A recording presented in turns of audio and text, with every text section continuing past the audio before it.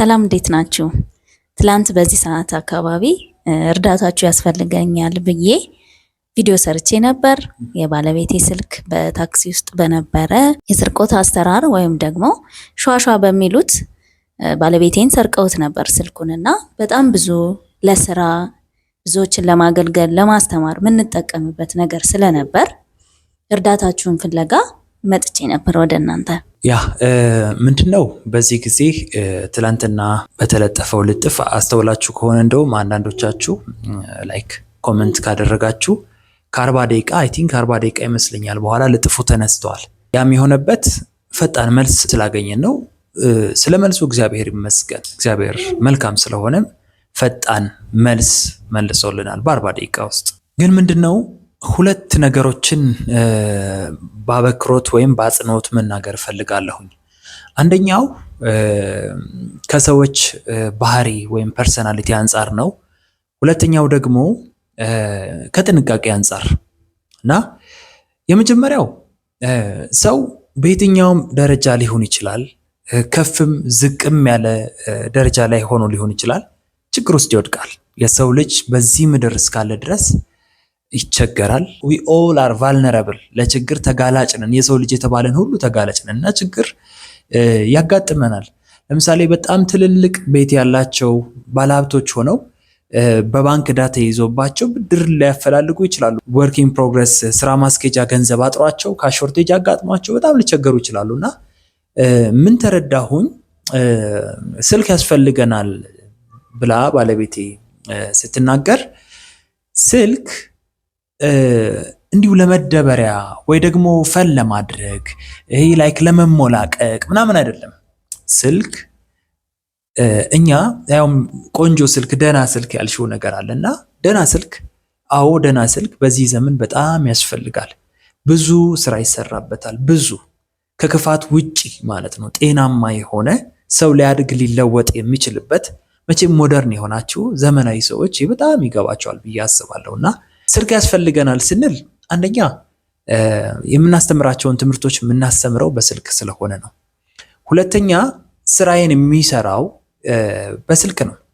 የተለያዩ ስራዎችን እንሰራለሁ። ስለዚህ ስልክ በጣም ብዙ ስራ የምንሰራበት እና ቪዲዮም የምንቀረጽበት በስልክ ነው። ለእናንተ ትምህርቶችን የብዙ ሰዎች ትዳር የተቃናበት ስልክ ነው። በዚሁ ስልክ ማለት ነው። ሰዎችን የምናስተምርበት፣ ትራማ ውስጥ ያሉ ትዳሮችን ሄል የምናደርግበት፣ ቪዲዮ ኮል እያደረግን ሰዎችን እንትምልበት ስልክ ነው። ለሁሉ ነገር ጥራት ያስፈልጋል እና ግዴታ ጥያቄያችሁ የዳቦ ካልሆነ የእንጀራ ካልሆነ ጥያቄያችሁ ተቀባይነት የለውም የሚል አስተሳሰብ በፍጹም ትክክል ስላልሆነ ሰዎች መስተካከል አለብን ብዬ አስባለሁ። አንደኛው ጋር ለሚመጣው ፕሮሞሽን በቀናት ተቃጥለን ውስጣችን በክፋት ተሞልቶ የአንደኛውን ውድቀት የምንጠባበቅና እርስ በርስ በቃ ተያይዘን ኋላ እንቀር፣ ተያይዘን አንለወጥ፣ ተያይዘን እዚሁ ባለንበት እንቀር አይነት ነገር ከሆነ እሱ ጥሩ አይደለም።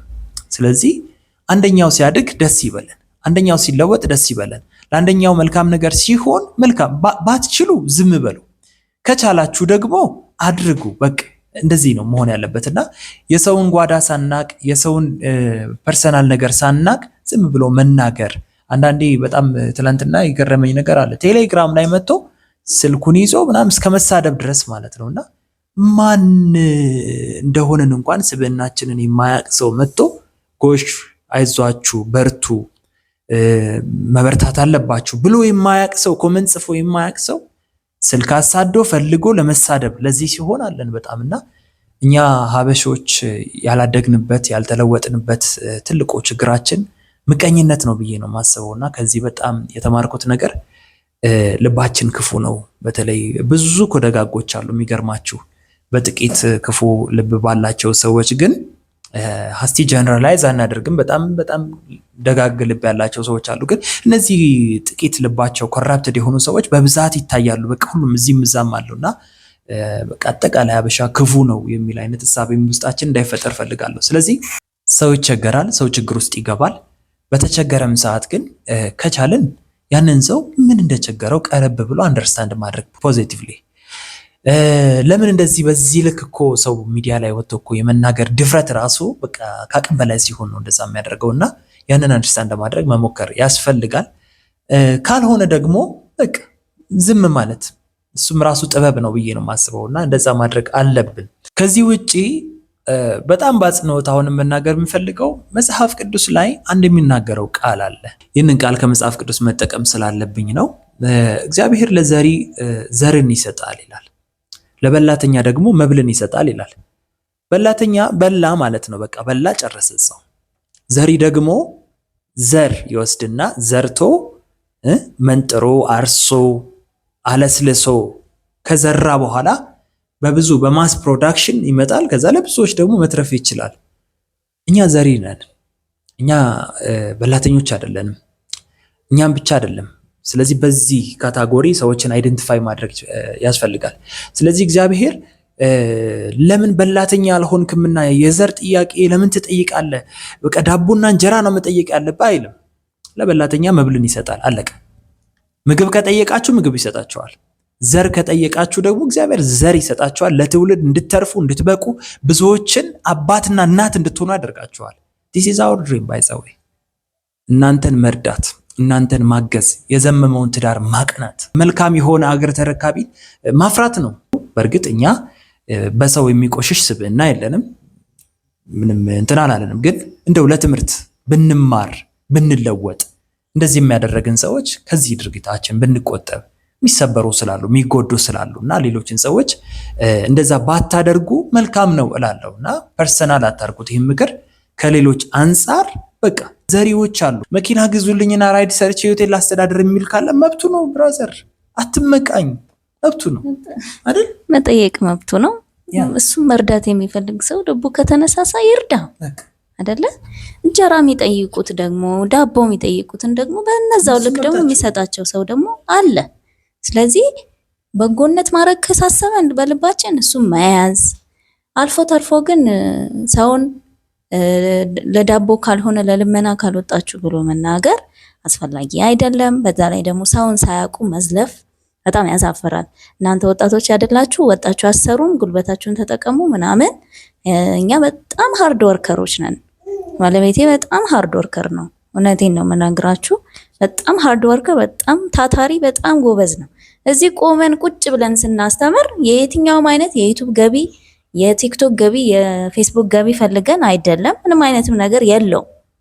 እዚህ ቆመን ስናስተምር ምናልባት ብዙዎቻችሁ ሰምታችሁ ብታልፉት 1 2 3 የሚቀየሩ ሰዎች ደግሞ ሌሎችን መቀየር የሚችሉ ይኖራሉ። የራሳችንን ፓርት እንወጣ። ሰው አውቆ ሀሳባችንን ስናካፍል አትሊስት አንድ ሰው ይዳን እያልን ነው፣ ጥረን ሰርተን ነው እንጂ በምንም አይነት እንደዚህ ወጠን ምናምን ማይባል ብለን ምናምን አይደለም። ብር ለማግኘት እንደዛም የሚሄድም ፐርሰናሊቲ የለንም። ብር ለማግኘት የማይገባ ንግግርን የማይገባ ነገርን የምናደርግ ሰዎች አይደለንም። ምክንያቱም የምንኖረው ለራሳችን ለሰው ብቻ ሳይሆን ለእግዚአብሔር ጭምር ነው። ለእግዚአብሔር ነው ዋና የኛን ካራክተር ሞቲቭ ምንሰራውን ሁሉ ዲቴክት የሚያደርገው እግዚአብሔር ነው። ስለዚህ እናንተን ስናስተምር ለትውልድ ስንቆም የሚያይን እግዚአብሔር አለ ብለን ነው እንጂ ምንም አይነት ሞቲቭ ባክግራውንድ ሞቲቭ ይዘን አይደለም። ለዛም ነው 7 ዓመት ያለ ምንም ነገር ኮንቲኒዩዋሊ ምንቀጥለው ማለት ነው። ሌላው ደግሞ ለምን ስልክ ጠየቃችሁ ከተባለ አዲስ ታይም ባለንበት ጊዜ የባለቤቴ ስልክ አዳ ታይም ሲገዛው 42 ሺህ ብር ነበር። አሁን ከዛ በላይ ነው። በዛ ላይ ደግሞ የለምም ገበያ ላይ ያንን ሲገዛ የገዛበት ምክንያት ብዙ ስራዎችን ይሰራል። ሁለተኛ ደግሞ በደንብ ለናንተ ጥራት ያለው ነገር ለማቅረብ ለሰዎችን ለማስተማር። አሁን ፐርሰናሊ እንደዚህ አይነት ብር አውጥቶ መግዛት አንችልም። ስለዚህ ሰዎች የኛን አገልግሎት ይደግፉታል። ሶ አይ ዶንት ኖ ብዙ ሰው ደርሶት ዊ ዶንት ኖ አንዱ ልቦ የተነካ አንዱ አይ ካን ሰፖርት ማድረግ የሚችል ብያለው፣ ማድረግ የሚችል ልቦ የተነካ ሰው ብያለው። ሶ ያ ሰው አይቶ ኦኬ አይ ካን ሰፖርት ዩ ካለ መብቱ ነው። የመጠየቅ መብታችን ነው። ታዲያ መጥቶ በኋላ ኢትዮጵያ ውስጥ ያለው ህዝብ እኮ አሁን ስለ ዳቦና እንጀራ የሚያወራበት ጊዜ ነው። እናንተ ስለ ቆንጆ ስልክ ምናምን ብላችሁ እንትን ትላላችሁ። ኖ ኤለን መስክ በዓለማችን ቁጥር 1 ባለሀብት ችግር ይመጣበታል። የዛኔ ቢሊየንስ ይጠይቃል። ኦኬ እሱን ሄዳችሁ የዳቦ ችግር ልትሉት ነው? ሰው በየደረጃው የየራሱ የሆነ ፕሮብሌም ያጋጥመዋል። በየደረጃው ሶልቭ የሚያደርግን ሰው ይጠይቃል። እናንተን እኮ መጥቼ አልጠየኳችሁ ማለት ራሱን የሚያስተዳድርን ሰው እና ስልክ አምጣልኝ ብዬ አልጠየኩም። የሚችል ሰው ሊተባበረኝ የሚችል ሰው አንድ ሰው እኮ ቤት ግዙልኝ እባካችሁ ምናምን ያለን ሰው ቤት አንስቶ ቢገዛ ምን ልትሉ ነው? እሱን ቤት ከምትገዛ ሚሊዮኖችን ብትደርስ ማለት አትችሉም። ከእግዚአብሔር ጋር ትጣላላችሁ። እግዚአብሔር መባረክ የፈለገውን ይባርክ። የዕለት እንጀራ መስጠት የፈለገውን ደግሞ በሌሊት እንጀራ በሚሰጡት ደግሞ ይደጉማል። ስለዚህ ባጭሩ ሰው በጥያቄው ልክ መልስ ያገኛል። በቃ እናንተም እንጀራ እኛ እኮ እርቦናል የምትሉ ደግሞ በቃ እርቦናል እንጀራ እንፈልጋለን ብላችሁ መጠየቅ ነው። ታሴት እግዚአብሔር ለበላተኛ መብልን ለዘሪ ደግሞ ዘርን ይሰጣል። በቃ አለቀ። ስለዚህ በዚህ ምድር በላተኛም አለ ዘሪም አለ። ይሄ የመጀመሪያው ነው። ሁለተኛው እንግዲህ በከተማችን በጣም እየተበራከተ የመጣው ዝርፊያ ነውና እሱን አስመልክቶ ሸዋሸዋ የምትሉት ሁላችሁ የምታውቁት ነገር ነው። ያው እኔ ካጋጠመኝ ሁለት ነገር ነው እንግዲህ በአንድ ዓመት ውስጥ 2 ጊዜ ስልኬን የመዘረፍ ሙከራ ደርሶብኛል። የመጀመሪያው አምልጫለሁ። ሁለተኛው ላይ ግን ምንም ማድረግ አልችልም። ትላንትና ስልኬን ተሰርቄያለሁ እና እንዴት እንደሆነ ልንገራችሁ። በስራ ምክንያት ወደ መርካቶ እሄዳለሁ እና መርካቶ ሄጄ የበዓል ሰሞን እንደውም አስታውሳለሁ፣ የበዓል ቀን አስታውሳለሁ እና ግዴታ በዛ ቀን መሄድ ስለነበረብኝ ስራ ስላስገደደኝ በዛ ሰዓት ወደ መርካቶ ሄድኩኝ። ስለዚህ መርካቶ ሄጄ ስራዬን ጨራርሼ ተመልሼ ልወጣ ስል መውጫው አካባቢ አንዱ መጣና አነቀኝ። ነግሬሻለሁ፣ ያው ታውቂያለሽ። እና መጣና አነቀኝ። ሰካራም ነው የሚመስለው። በጣም ላይክ የደከመ እንትን ነው፣ ላይክ ብትገፈትሩት የሚወድቅ አይነት ሰው ነው እና ብዙ አቅም ያለው አይነት አይደለም። እኔ ደግሞ በባህሪ ሰው አልማታም፣ የሆነ ነገር አላደርግም፣ ጉልበት አልጠቀምም፣ እንደዚህ አይነት ሰው አይደለሁም። ይህ ማለት ደግሞ ላይክ እየመቱኝ ይቀጠቀጡኝ ዝም ብዬ አሜን ብዬ እላለሁ ማለት አይደለም። ኖ ዲሲፕሊንድ ነኝ ለማለት ነው። እና በጣም አነቀኝ። ተወኝ እለዋለሁ፣ አሁንም ያንቀኛል። ተወኝ እላለሁ፣ አሁንም ያንቀኛል፣ ይገፈትረኛል ወደኋላ። እና ምንድን ነው የምፈልገው ብዬ ግራ ገብቶኛል። ቦርሳ ይዣለሁ፣ ኪሴ ውስጥ ስልክ አለ፣ ያው ያልኳቸው ስልክ። ግራ ሲገባኝ ገፈተርኩት። ስገፈትረው ወደኋላ ወደቀ። ወደኋላ ሲወድቅ ከዛ ምን አይነቱ ነው እንደው ቀኔን ሊያበላሽ ነው የምንፈልገው ነው ምናምን ብዬ መንገዴ ልሄድ ስል ስልክ ተበላ የሚል ድምፅ ከጀርባዬ ይሰማኛል። ቼክ አደርጋለሁ፣ ስልክ የለም። እሱ ሲታገለ ሌላ ከጀርባ መጥቶ ከስልክ ይሄኛው የማዘናጋትና ዳይቨርት የማድረግ ሐሳቤን የማስቀየስ ስራ ነው እየሰራ ነበር። እንትን እንደሚተፉበት ማለት ነው። ምራቅ ይተፋሉ። አዎ ገጨሽኝ ይላሉ። መኪና ከሆነ የሆነ ነገር ይፈጥራሉ። የሆነ ነገር የተለያየ ነገር ብቻ ዳይቨርት የማድረግ ስራ ሁለት ሆነው ነው የሚመጡት። በዚህኛው ስትራቴጂ ሁለት ሆነው ነው ወይ ምራቅ ይተፋሉ። ከዛ ሶፍት አምጥተው ዝንጥ ያሉ ሰዎች ካላወለወልኩ ይላሉ። ከዛ በጀርባ አንደኛው ስልክ ሽላጥ አድርጎ ይወስዳል ማለት ነው። እንደዛ አጋጠመኝ። ስልኬን ሳይ የለም። ከዛስ በዛ ቤት የት ነው ሄዶ አልኳቸው። ወዲያው በፍጥነት በዛ በኩል አልፏል። በዚህ በኩል እኔ ደግሞ በዛ በኩል አልፎ እንደዚህ መኪና አለ የተደረደረና በጀርባ በመኪናው አለፈ። እኔ ከፊት በጋቢና በኩል አለፍኩኝ። እልፍ ሲል አልተሻገረም። መንገድ እንዳጋጣሚ ክራውድድ ነበር።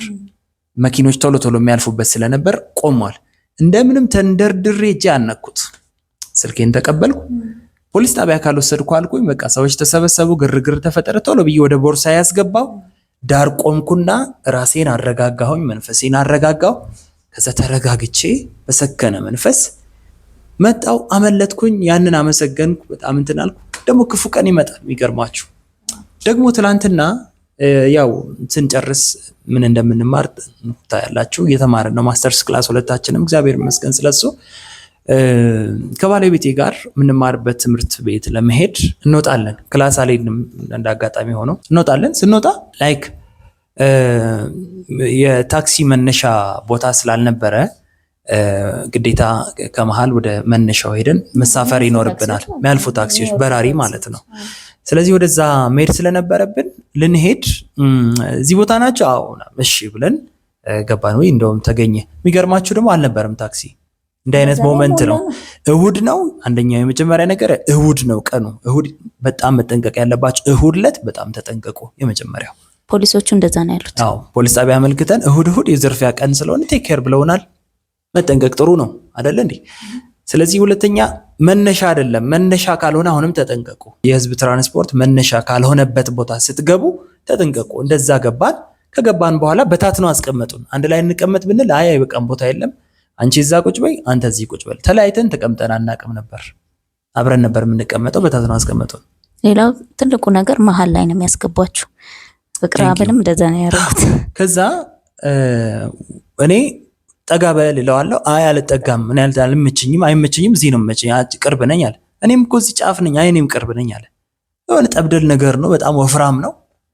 ኦኬ አልኩኝ። እኔ ደግሞ ቸኩያለሁ፣ ሰዓትም ረፍዶብናል፣ ዝናብም ዘንቦ ስለነበር አርፍደን የወጣ ነው፣ ወደን አይደለም። መሀል ላይ ችግር አለ፣ ቁጭ አልኩኝ ሄጄ።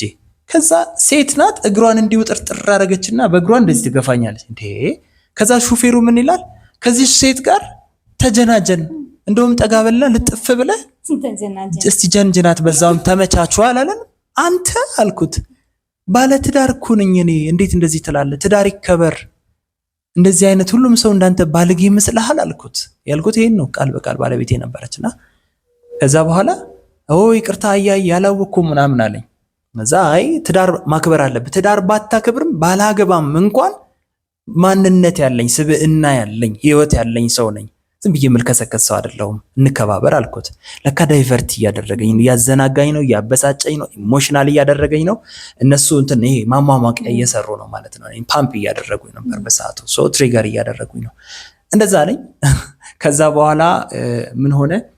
ላይክ ትንሽ ከሄድን በኋላ ትራፊክ መጣ። እቺን ነገር በደንብ ያዙ። ትራፊክ መጣ ውረዱ ከተባለ ቶሎ ኪሳችሁን ፈትሹ፣ ንብረታችሁን ቼክ አድርጉ። እሪ ብላችሁ መጮህ ካለባችሁ ጩሁ። በቃ እውነቴን ነው። ሰው ካለ ጩሁ። በቃ ዘላችሁ ካልሆነ ዘለው ገፍትረው፣ መኪናው እየበረረ ተገፍትረ። አሁን ዛሬ አንዱን ጠይቄ ገፍትረው ጉልበቱ ተላልጦ ምናምን። እውነት ዛሬ ብቻ የሰማሁት ልንገራችሁ። 4 ሰዎች ተዘርፈናል ብለው ቴሌ እንደኔ ሲም ካርድ ለማስወጣት ሄደዋል። 4 ሰዎች። እግዚአብሔር ገስጻችሁ መድኃኔዓለም። ስማ 4 ሰው። ከዛስ ምን ሆነ ጠፋ አለች አንዲት በስራ ማገኛት እህት እና እንደዚህ እኔንም እኮ እንደዚህ ሻሻ ሰርተውኝ ነበር አለች።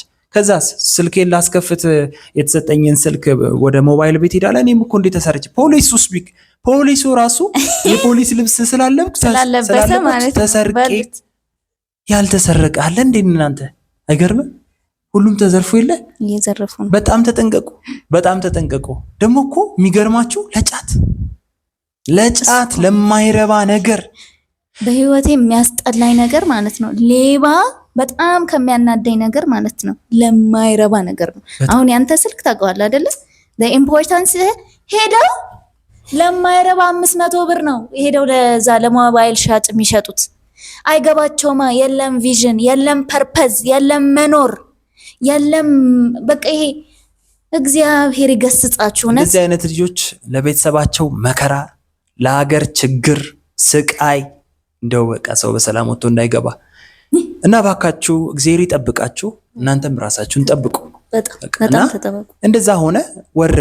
ከወረድን በኋላ ልክ ከታክሲ ስንወርድ የሰጠነውን ሂሳብ ወረዋች ቀንጥሮ እንዴ ወሰደው ግማሹን እያልኩ ብር የሚወረውር የታክሲ ረዳት ምን አይነት ረዳት ነው አልኩኝ እንዴ። ምክንያቱም ለካ እነሱ ብሩን ዝቅ ብለን ስናነሳ በሩ ሊያመልጡ ነው። ከዛ ብሩን 2 ቦታ በታትኖት ነው ያለው። አንዱን አንስቼ እንደገና አሁንም አነሳለሁ፣ እሷን የሰጠሁትን ማነሳለሁ። በዛ መሃል ከዛ ብሩን አስገብቼ ምንድነው አበን ያደረገው? አይገርምም? የሚገርም ነው። ግን እኮ ቀርበነን በቃ ብለን በእግራችን አንሄድም ብዬ 4 እርምጃ እንደተራመድኩ ኪሴና ያለው ስልኬስ አልኩኝ የለም። ልክ ከታክሲው ሲወርድ ወረዱ አሉን አይደል? እንደዚህ ብሎ ዘጋብኝ መንገድ። ይሄ ጠብደሉ ሰውዬ መንገድ ዘጋብኝ። አሳልፈኝ እንጂ አልኩ። ለካ በዛ ሰዓት ስልኬን እያወጣ ነው እሱ ከኪሴ ውስጥ ማለት ነውና አሳልፈኝ እንጂ እለዋለሁ። ቆይ አይመቸኝም መለፍ ላይ መንገድ ዘግቶ ለፍ ይለኛል። እንዴ መንቃት አለመቻል ይገርምኛል እውነት።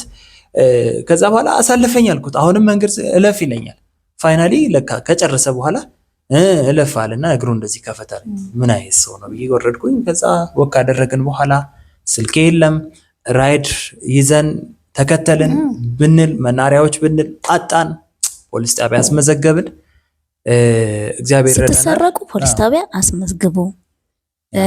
ምክንያቱም አንደኛ አካባቢውን ፖሊሶች ይረዱታል በተደጋጋሚ የሚደረግ ነገር እንደሆነ።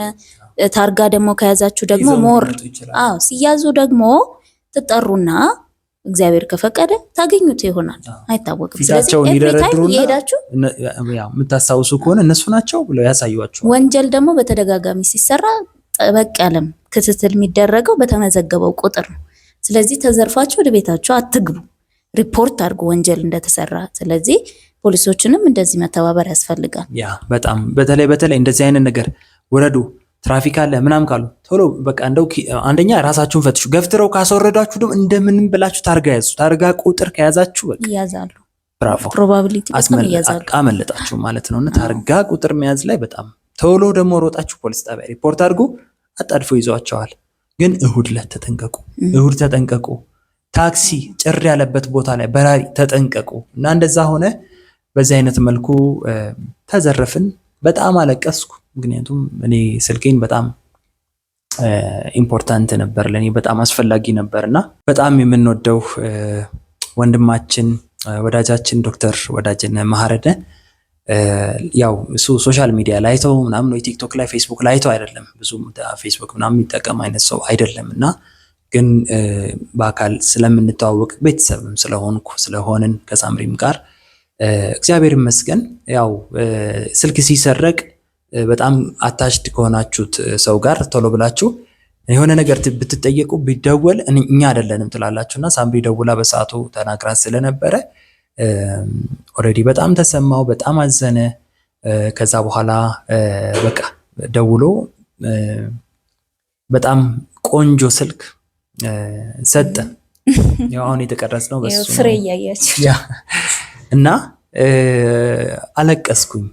ምክንያቱም በጣም ነው የምናከብረ ዶክተር፣ እግዚአብሔር ያክብርልን። ያው እሱ በዚህ አጋጣሚ እኔ አይደለሁም መንፈስ ቅዱስ ነው እግዚአብሔር ነው ዶክተር አደረገ እንዳትል ብሎኛል። ግን እግዚአብሔርም ቢሆን ልብ ይፈልጋል ብዬ አስባለሁና እንደዚህም ደግሞ ቴንኪው ስል ክሬዲት አለመቀበል፣ ክብር አለመቀበል፣ ምስጋና አለመቀበል እግዚአብሔርን ቴንኪው በለው ነው ያለኝና በቃ ቲሲስ ቃላት የለኝም። ስለ ትህትና፣ ስለ ደግነት፣ ስለ ሰውን መውደድ ብዙ አስተምሯል። ቲቪ ላይ አይታችኋል። ብዙ ቦታ ቀርቦ አስተምሯል። የእውነት የኖረው ሰው ነው። የኖረው ያየንበት ሰው ነው። ብዙ ሰው ሞቲቬሽናል ስፒከር ሊሆን ይችላል። ብዙ ሰው ቆሞ ሊያስተምር ይችላል። ነገሮች ሲመጡ ግን በተለይ በእግዚአብሔር ዘንድ ሲመጣ እሺ የሚሉ ጥቂቶች ናቸው። ከዛ ውስጥ አንዱ ዶክተር ወዳጄነህ ነው። የሰውን ፔን በተሰማውን ልክ መረዳት ይህ የእግዚአብሔር ፍቅር ይጠይቃል። ሰው ማለት ከልብ ሰው መሆን ይጠይቃል። በጣም ለሰው መቆርቆር ይጠይቃል። ምክንያቱም አሁን ሰው ብሎ ነው የሚያልፈው፣ ውስጡ አይሰማውም። በዛ ሰው ጫማ ራሱን አይከትም። እንደዚህ አይነት ግን ድንቅ የሆኑ ሰዎች አሉ። በጣም ድንቅ፣ ከማህፀን አብራችሁ ከተወለዳችኋቸው በላይ የሚሆኑ ድንቅ ሰዎች አሉ። አንዳንዴ የሰውን ልጅ ክፋት እናይና ሰው ናቸው መልአክ፣ እነዚህማ ሌላ አይነት ፍጥረት መሆን አለባቸው እስክትሉ ድረስ መልካምነትን የተላበሱ ሰዎች አሉና በዚህ ምድር ላይ ሰው እግዚአብሔር ቅሬታ አለው ከሚባሉት ሰዎች አንዱ እሱ ነው። እግዚአብሔር አምላክ ይባርከው፣ ልጆቹን ይባርክለት፣ ቤቱን ይባርክለት። በጣም ነው የምናከብረው፣ በጣም ነው የምንወደው። አክብሩልን። ስታዩት ሲያወራ ምናምን አይቹሉ የሚለውን ነገር ነው። ስለዚህ ሰምታችሁ ተጠቀሙ የሚለውን ነገር ማለት ነው። እና በጣም ነው የምንወደው፣ በጣም ነው የምናከብረው። እግዚአብሔር ያክብረው ከምንም ነገር በላይ ማለት ነው። እና ያው ቃላት ስላጠረን ነው። ዶክተር እግዚአብሔር ይባርክህ፣ እግዚአብሔር ይስጥህ። በጣም ነው የምናመሰግነው። ያው አሁንም ቢሆን ክሬዲቱን ለእግዚአብሔር ስጥ ብለናል። ያው ባንተ አልፎ የተጠቀመ እግዚአብሔር የተመሰገነ ይሁን እና በጣም ነው የምናመሰግነው፣ በጣም ነው የምናከብርህ፣ በጣም ነው የምንወድህ። ይህ ነገር ስለሆነ ቴንኪዩ ማለት እፈልጋለሁኝ። እንዳልኳችሁ ነው እግዚአብሔር ሰዎች አሉት፣ እግዚአብሔር ጥያቄንም ይመልሱ ዘንድ እኛም ደግሞ ከነዛ ሰዎች መካከል እንድንሆን ነው ልፋታችን፣ ትጋታችን። እግዚአብሔር ደግሞ አንድ ቀን የብዙ ሰዎችን ጥያቄ በእኛ እንደሚመልስ እናምናለንና እንደዚህ ለመሆን እንሰራ ወገኖቼ ማለት ፈልጋለሁኝ። ቴንኪዩ። ማስተማራችንንም እንቀጥላለን እንግዲህ አለን ማለት ነው። ቆንጆ አዲስ ስልክ ተሰጥቶኛል። ያው በጣም ደስ ብሎኛል። ፍቅርና ሳምሪን የምትወዱ ኮመንት የጻፋችሁ ርብቃ በተለይ ቴንኪዩ። እውነት ሌሎችንም ስማችሁን ስለማናስታውስ ነው። እሷ በጣም ሞር ስለማውቃት ነውና ቴንኪዩ በጣም ተሳክቶልናል ስንል ደግሞ እፎይ ያላችሁ የእውነት እናመሰግናለን። በጣም ነው እናመሰግነው። በጣም ቴንኪዩ። እንኳን ደስ ያላችሁ፣ እንኳን ደስ ያለን። እናመሰግናለን። ቴንኪዩ።